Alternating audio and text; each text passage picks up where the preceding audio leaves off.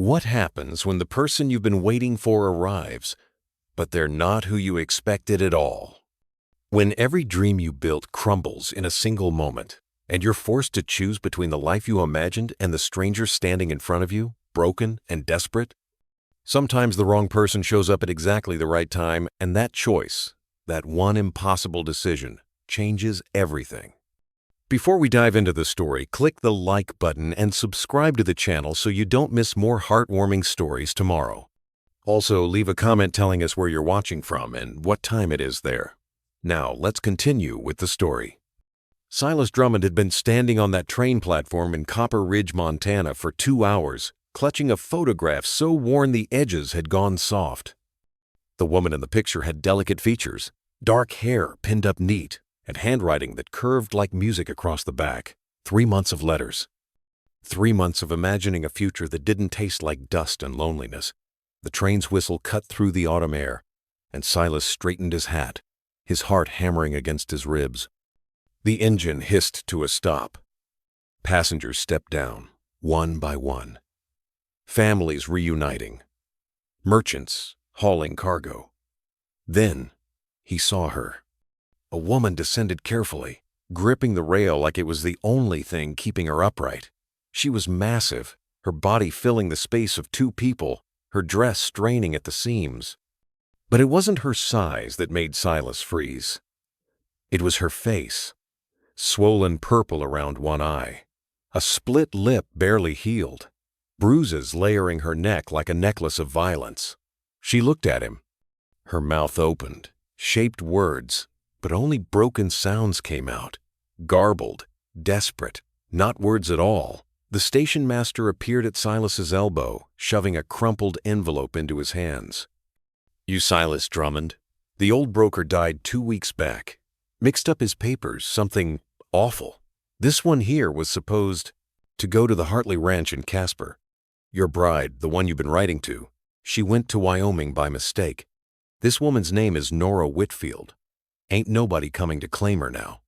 Silas stared at the letter, then at Nora. She stood there, trembling, her carpet bag clutched to her chest. Behind her, the train was already preparing to leave. He could put her back on it.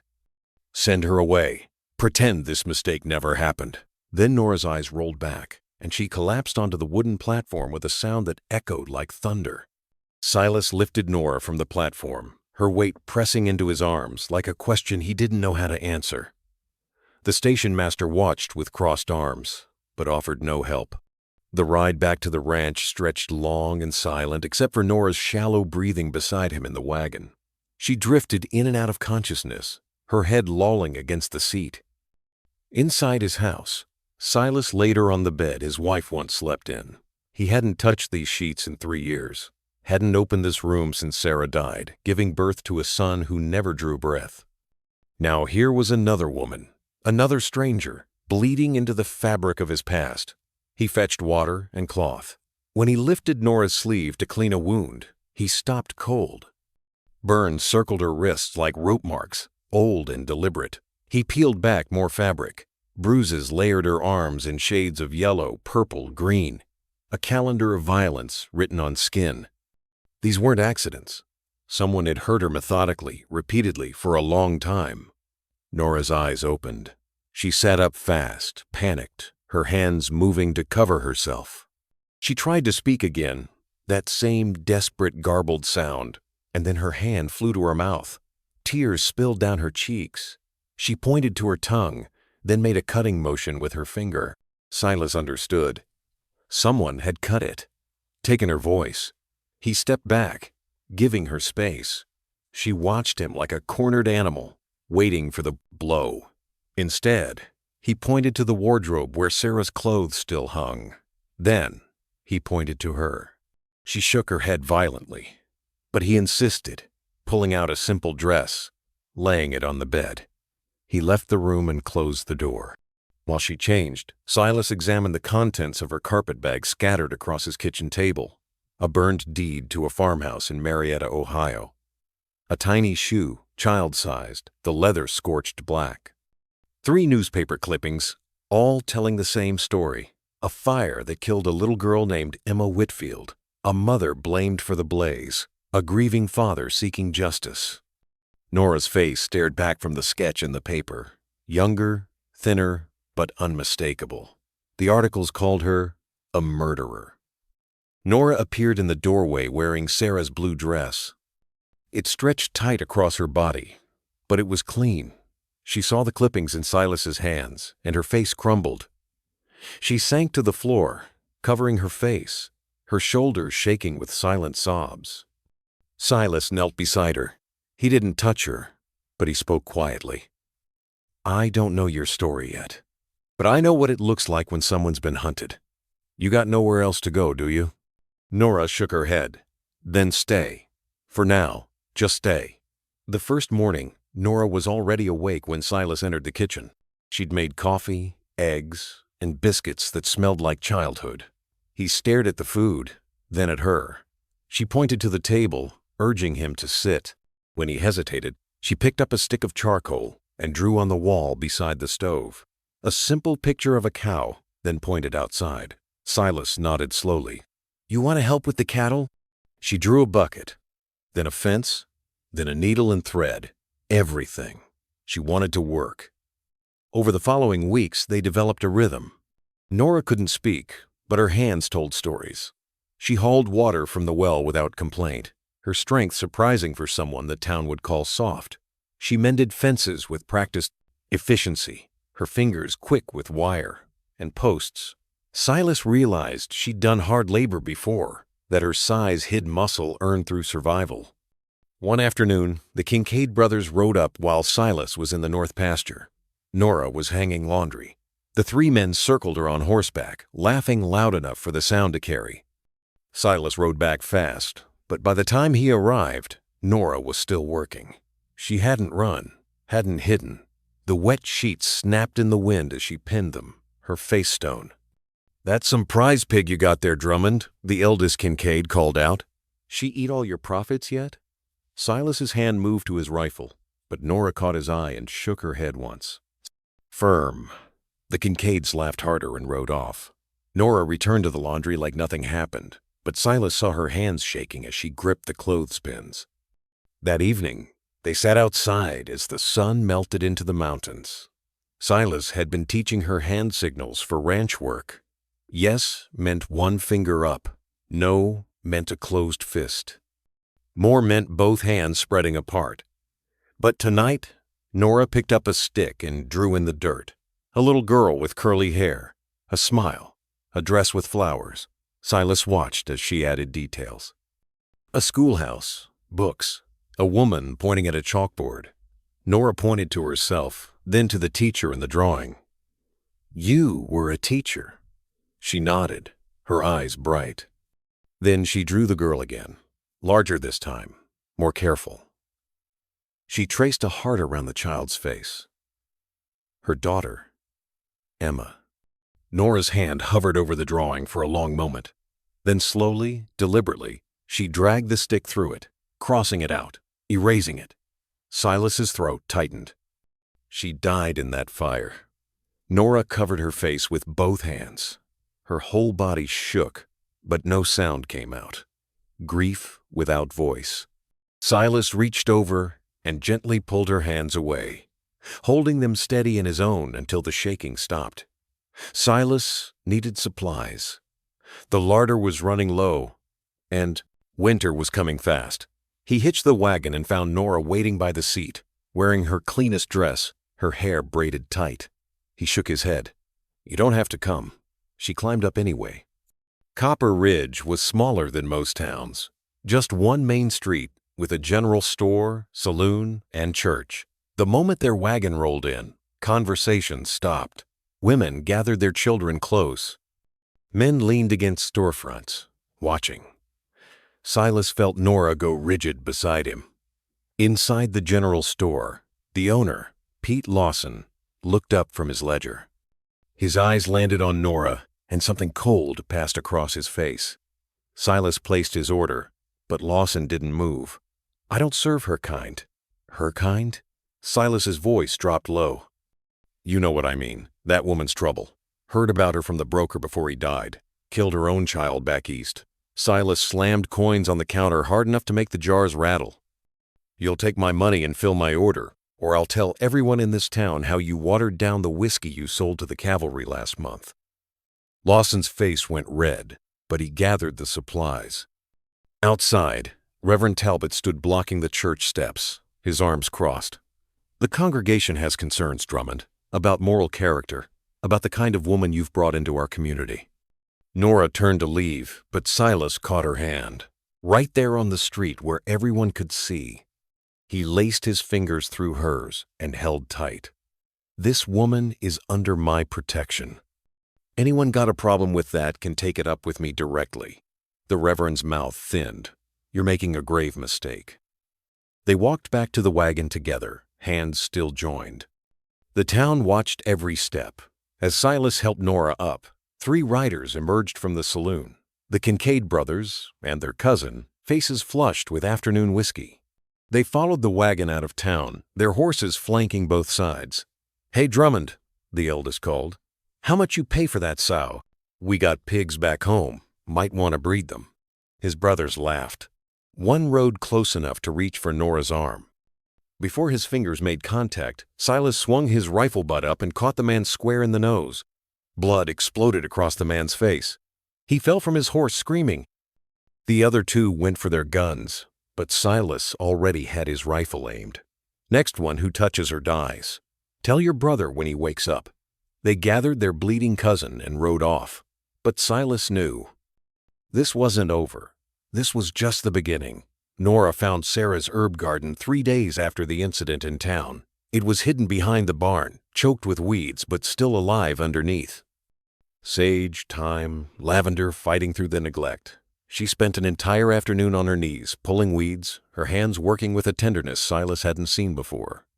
By evening, the garden breathed again. She began cooking with the herbs, stews that made the house smell like home instead of a place where someone once lived, bread seasoned with rosemary, tea that eased the ache in Silas's back from long days riding fence lines. The kitchen transformed under her hands, becoming warm and alive in ways he'd forgotten were possible.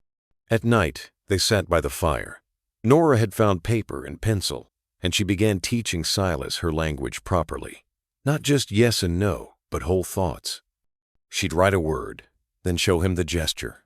When he got it wrong, she'd patiently correct him, her eyes crinkling at the corners when he finally understood. One night, she drew a schoolhouse, then children at desks. Her hand moved across the page with confidence, sketching a woman at the front, chalk in hand. She pointed to herself, then wrote beneath the drawing. "I taught reading and numbers. I loved it." Silas watched her face as she wrote. "You were good at it." She nodded, then her expression shifted. She drew a man, tall and broad-shouldered. She made him smile in the picture, but then she scratched dark lines across his face, violent and angry. She drew herself smaller next to him. Then, even smaller. She drew bruises. A closed fist. She pointed to her mouth, drew a knife, made a cutting motion. "Your husband did this." Her hand trembled as she wrote. "He said I talked too much, asked too many questions, tried to teach Emma to think for herself. He wanted us quiet and obedient." She drew herself holding a small hand, running toward a door. Then flames surrounding them, the little girl falling. She pressed so hard the pencil broke. When she tried to write more, her shoulders collapsed and tears fell onto the paper, smudging the words. Silas reached across and took the pencil from her shaking fingers. "You tried to save her." Nora's face crumpled. She nodded once, then buried her face in her hands. This time, Silas didn't hesitate. He pulled her close, let her silent grief soak into his shirt. She felt solid against him, real and warm and alive despite everything that tried to kill her. "I'm sorry," he whispered into her hair. "I'm sorry nobody believed you. I'm sorry you had to run. But you're safe here. I promise you that." She lifted her head and looked at him with eyes that wanted desperately to trust but didn't know how anymore. The storm hit without warning, turning the sky black at noon. Wind tore across the ranch like something wild and angry. Silas was securing the horses when he saw the barn door ripping loose. Nora was already running toward it, her dress whipping around her legs. Together they fought the wind, pushing the heavy door back into place. Silas climbed up to hammer the top hinge while Nora braced it from below. The wood groaned overhead. He looked up just as the support beam cracked. No time to think. He shoved Nora hard to the side and the beam came down across his back with a sound like a gunshot. Everything went white, then black, then pain that ate through him like fire. When he opened his eyes, he was in his bed. Nora's face hovered above him, pale and terrified. She'd somehow dragged him from the barn to the house, a distance he couldn't imagine her covering with his weight. Her hands moved frantically, checking his pulse, his breathing, her fingers gentle despite their shaking. She disappeared and returned with water, cloth, the tin of salve from the kitchen. She peeled his shirt away carefully, revealing the angry purple spreading across his shoulders and spine. Her expression crumpled when she saw it, but her hands stayed steady as she cleaned and dressed the injury. Silas tried to sit up. She pushed him back down with surprising strength, shaking her head firmly. He obeyed, too exhausted to argue. She pulled a chair beside the bed and sat, her hand finding his. She didn't let go. He drifted in and out. Each time he woke, she was there. Once he opened his eyes in the deep night and found her asleep in the chair, her head resting on their joined hands. The lamplight caught the curve of her face, the weight she carried not just in body but in everything she'd survived. She'd stayed awake watching over him, keeping him breathing, refusing to let him slip away. When morning came, he woke to find her eyes on him, red-rimmed but alert. Her hand was still locked in his. He squeezed it gently and she squeezed back, her whole body sagging with relief. "Thank you," he said. She smiled, actually smiled. It transformed her entire face, made her beautiful in a way that had nothing to do with size or scars or what the world thought she should look like. He saw the woman who refused to die when everyone wanted her to. The one who dragged a full-grown man to safety. The one who stayed. He reached up slowly and traced the scar across her mouth with his thumb. She didn't flinch, didn't pull away. She leaned into his touch like it was water, and she'd been thirsty her whole life. The stranger arrived in Copper Ridge on a Tuesday, dressed too fine for Montana dust. He carried legal papers and a story about justice delayed. At the saloon, he showed a sketch of a woman wanted for murder back east. A child killer who escaped before trial. Her name was Nora Whitfield, and he had reason to believe she was here. The Kincaid brothers told him everything. Silas was mending fence when he saw the sheriff's horse approaching, the stranger riding beside him. Behind them, 3 deputies. His stomach dropped. He rode hard back to the house where Nora was kneading bread, flour dusting her arms up to the elbows. The moment she saw his face, she knew. The sheriff knocked. Silas opened the door but didn't step aside. The stranger pushed forward, his smile cold and practiced. "Vernon Whitfield, ma'am. I believe you know who I am." Nora's face went white. She backed against the wall, shaking her head violently. Vernon's voice dripped false sympathy.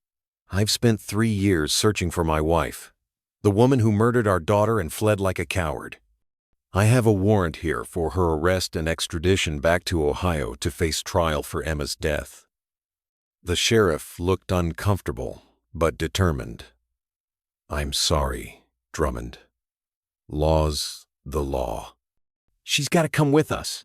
Silas stepped between them and Nora. "She's not going anywhere." Vernon's mask slipped. His voice turned sharp. "You're harboring a fugitive, a killer. I've remarried, built a respectable life in Cincinnati, but this shame follows me. My daughter's death demands justice." Silas saw it then, the way Vernon looked at Nora. Not with grief, but with ownership, with rage that she'd survived when she was supposed to die. Behind him, Nora frantically scratched in the dirt by the door. "Let me go. Save yourself." Silas crushed the words under his boot. The sheriff gave him 12 hours. After that, federal marshals would come, and Silas would face charges too. When they left, Vernon's parting words hung in the air like poison. See you tomorrow, wife. We'll finish what I started. Nora collapsed to her knees, writing desperately. I won't let you hang for protecting me. Just let me go. Silas pulled her to her feet. We're not running away. We're riding to Ohio, to that burned farmhouse. Because if he did what you say he did, there's got to be proof. Somebody who saw something. We've got 12 hours head start. She stared at him like he'd lost his mind. Maybe he had. But he'd already made his choice the day she fell on that train platform. He was keeping her. They rode for 6 days straight, switching horses twice, sleeping in barns and under stars. Nora kept looking back like Vernon's shadow was chasing them. Silas kept his rifle close and his eyes forward. Marietta, Ohio appeared through morning fog, unchanged and uncaring. The Whitfield farmhouse stood at the edge of town, exactly as the newspaper sketches showed it. Blackened beams reaching toward sky like broken fingers. The bones of a life burned down to nothing. Silas knocked on the neighboring property. An old woman answered, her face weathered but kind. She looked at Nora and gasped. Sweet mercy, you're alive. Nora's eyes filled with tears. The woman, Greta Lindholm, pulled them inside quickly. I thought he'd killed you that night. When they found only Emma's body, when Vernon said you'd set the fire, I knew it was a lie. But nobody asked me. Nobody wanted to hear from an old widow. She led them to her kitchen table and pulled out a wooden box from beneath the floorboards. Inside was a letter, the paper soft with age, the handwriting careful and childish. Nora's hands trembled as she recognized it. Greta's voice cracked. Emma brought this to me the day before she died. She was 7 years old and terrified. She wrote it in your classroom, Nora, then ran here because she was afraid to keep it at home. Silas read it aloud. Dear Mrs. Lindholm, Papa hurt Mama again last night. He said if she tries to leave, he will burn our house down with us inside. Mama doesn't know I heard him say it. I'm scared. Can you help us? Love, Emma. The date was February 14, 1881. The fire happened February 15. Greta wiped her eyes. Vernon found out Nora was planning to leave. He'd been beating her for years, controlling every moment of her life. That night, Nora took Emma and ran. I heard the screaming from here. Vernon caught them at the property line. He dragged them back inside and lit the house on fire. Emma was trapped upstairs. Nora tried to go back for her, but Vernon held her down, cut her tongue right there in the yard so she couldn't scream for help. Then he called the sheriff and said Nora had gone mad and started the fire herself. Why didn't you speak up? Silas's voice was hard. I tried. Vernon had the sheriff, the judge, everyone in his pocket. He's rich, connected. I'm just an old woman. They buried Emma and called it an accident caused by a hysterical mother. Vernon got sympathy, remarried within a year, and nobody questioned his story. Silas stood. This letter is proof. Emma's own words, written before she died. We're taking this back to Montana and ending this. The courthouse in Copper Ridge was packed. Every rancher, merchant, and housewife crowded the benches. Vernon sat at the front table with 2 lawyers from back east, his suit pressed, his face the picture of wounded dignity. He'd been telling everyone who'd listen about his murdered daughter and the monster who killed her. Nora sat beside Silas, her hands clenched in her lap. She wore the blue dress, her hair pulled back, her scars visible for everyone to see. The judge, a territorial appointment named Harlan Cross, looked skeptical from the moment they entered. Vernon's lead lawyer stood. Your Honor, this is a simple case. Nora Whitfield murdered her daughter in a fit of madness and fled justice. My client has spent years trying to find closure. He's remarried, rebuilt his life, but the shame of his first wife's crime haunts him. We have witness statements from Ohio confirming the fire, confirming the death, confirming Mrs. Whitfield's flight. The courtroom murmured. Silas felt Nora shrinking beside him. Then the door opened. Greta Lindholm walked in, leaning on a cane, carrying the wooden box. The room went silent. She approached the stand and was sworn in. Her voice was steady as creek water. "I've known Nora Whitfield since she was a girl. She taught my granddaughter to read. She never raised her voice, never raised her hand to anyone. But I knew her husband Vernon beat her. I saw the bruises. I heard the screams. And the day before that fire, Emma Whitfield brought me this." She held up the letter. The judge took it, read it slowly. His expression changed. "This is dated the day before the fire. The child accuses her father of threatening to burn the house." Greta nodded. "Vernon Whitfield set that fire. He trapped his daughter inside when Nora tried to escape with her. He cut Nora's tongue so she couldn't tell anyone the truth. Then he blamed her because dead women can't defend themselves, and he thought she died in the flames too." Vernon shot to his feet. "This is a lie. That old woman is senile." The judge slammed his gavel. "Sit down, Mr. Whitfield." Vernon's face twisted with rage. He reached inside his coat and pulled out a small pistol. Everything slowed. He aimed it at Nora, his finger tightening on the trigger. "I should have made sure you burned." Silas moved, but Nora was faster. Her hand shot out, grabbing the sheriff's backup revolver from his belt. The gunshot cracked through the courthouse. Vernon stumbled backward, a red stain spreading across his chest. He looked down, surprised, then collapsed.